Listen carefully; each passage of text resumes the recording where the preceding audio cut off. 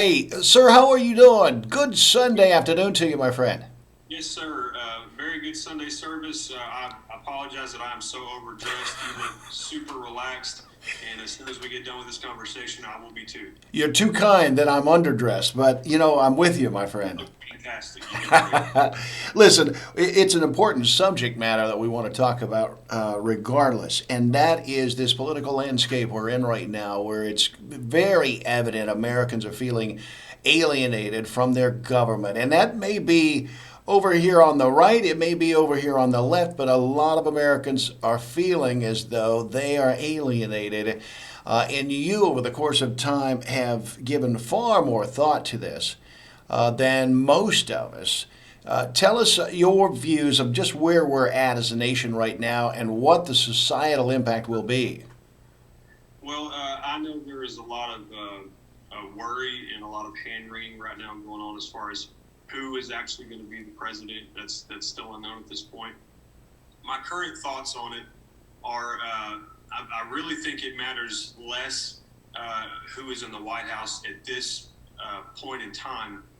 And I think there's probably about as much dissent and fighting going on in Washington as Hulk Hogan and Randy Savage. I don't think that we're being represented well. And when I say that, these people fight in front of us. They put on a great show for us. They represent their side well. But at the end of that, these people go to dinner together, and Mm-hmm. so we, the people, we are left without proper representation. I feel like. Well, we have that for sure. And at the end of the day, as you have chronicled far better than most people, we have to feed our families, and that's irrespective of Right. these political questions. You've thought through some of this. Grassfed Exchange. Tell us more. Yeah, so Grassfed Exchange was basically birthed out of several concerns. And one concern was that, whenever COVID hit the very first time, we all saw how fragile our food supply is. And we all saw how fragile the supply chain is. Mm-hmm. I have a very dear friend of mine who he works in the kind of the hierarchy of Walmart. He knows how the sausage is made. All right. I was talking to him and I just said, you know, how much food do you guys actually have on hand at any given time? And he said, in a normal buying week or 2 weeks, we have, as far as perishables go, we have about 3 weeks worth of perishables. That's your milk, your eggs, your beef, those types of different things. And obviously, there's canned goods that'll last a lot longer.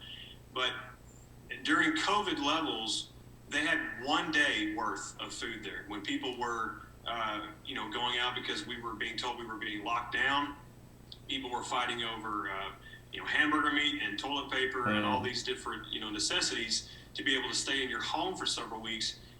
They were bought out within a day or two. Mm-hmm. And so that is a huge concern when our only fallback is what Walmart has or what a grocery store has or what any type of supply chain has, and then we are stuck waiting on trucks to get there that in the right scenario may or may not get there. Do you So consider yourself a survivalist in the classic term? so it comes with a lot of baggage. The term survivalist, that obviously conjures up memories and thoughts of people wearing camouflage in mountains of ammo stored in a closet somewhere, and you take your choice of guns. I am more concerned about food. I Mm-hmm. think the concern that I have is, if, food far outweighs anything that I'm worried about as far as Antifa going door to door, BLM going door to door. That's not a worry of mine. I mean, there are obviously in certain parts of the country, it can be a worry, but I think food is a far more dangerous weapon than any of those, than even a standing army could pose to us. Mm-hmm. And so, a survivalist in the true sense of the form of just trying to do things.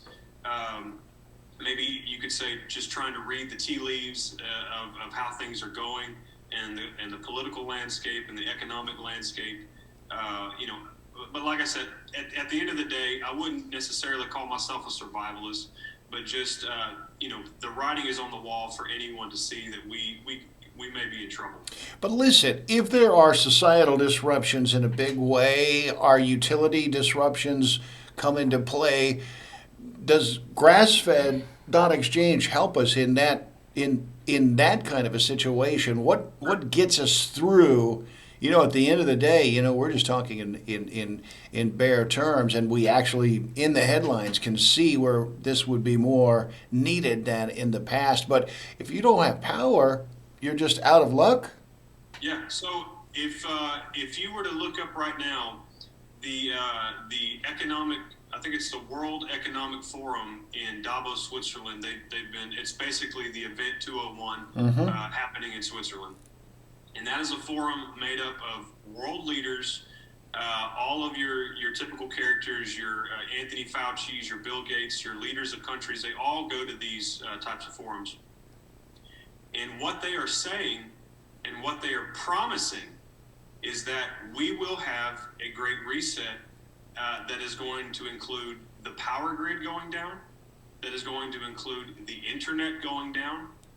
And when it comes back, it may not be anything that you recognize, and it may not be anything that you're actually allowed to be a part of unless you're willing to capitulate with whatever the requirements may be, and that could be a lot of different things. So whenever we how do we get past that? Yeah, so whenever we built Grassfed Exchange, we thought about all different types of measures like that. So you can actually use in the cities that are listed.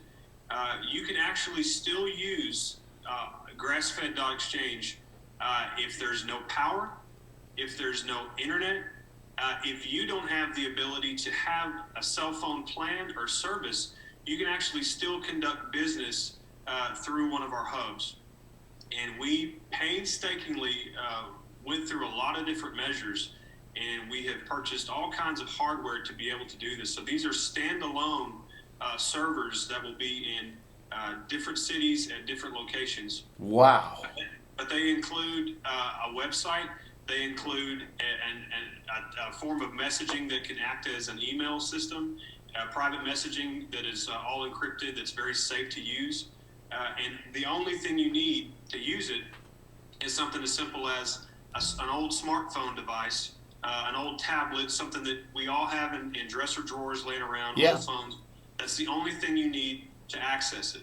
Wow, so amazing, man. We really tried to make it as hard and hardwired as we could that, no matter what the event was that would happen, whether it was being pushed out of the system or if it was a total grid loss, a total grid failure, people would still be able to conduct business and feed their families. A lot of people are starting to really wake up to these, what we used to think of as apocalyptic situations, but now are far more real than they have ever been in the past. Describe the barter scenario, and then I'll let you go, man. The barter scenario that you've talked about with Grassfed Exchange, how does that work?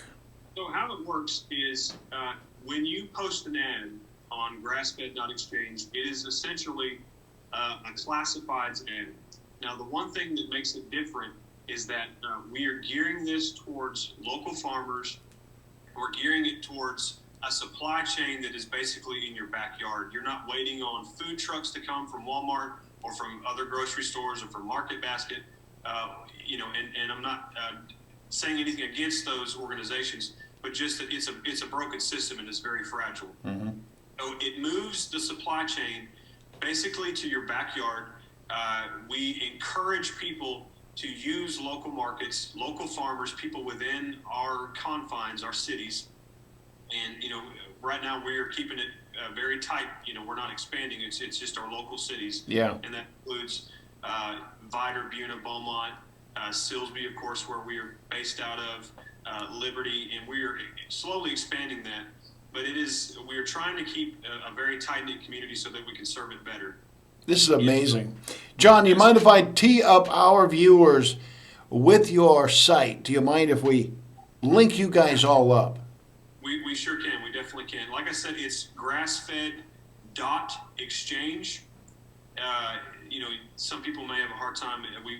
We're sending traffic to the other guys. It's not grassfedexchange.com. It is grassfed.exchange. Mm-hmm. So, yeah, please link up with us and be able. But it's free to use. It's free to post ads. It's free to browse. It's not going to cost you anything.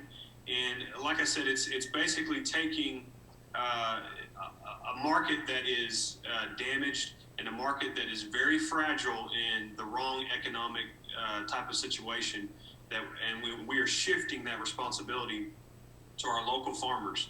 And so how it works, and one of the things that sets us apart from any other kind of classified website that you would come across, is that we encourage people to barter. Whenever you post an ad, you have to choose at least 2 forms of payment that you will accept, and that can be cash can be one, Mm-hmm. gold and silver can be another, physical labor can be one, labor for services, Yeah. services for goods. So we really try to open it up for people that if this market ends up either pushing us out or collapsing, or my fear really is that it's pushing us out more for political reasons. But it's something that you can still use. You can still feed your family with it. You can still conduct a business through it. And we've made it. We've tried to think about every different scenario so that we can make it as hard as possible to serve our community. Man, you have thought through these things, and I so much appreciate talking with you about it. We barely scratched the surface. We have to talk again, sir. Sure. Thank you so much for your time, and I always appreciate talking to you. Thanks, man. We'll talk soon.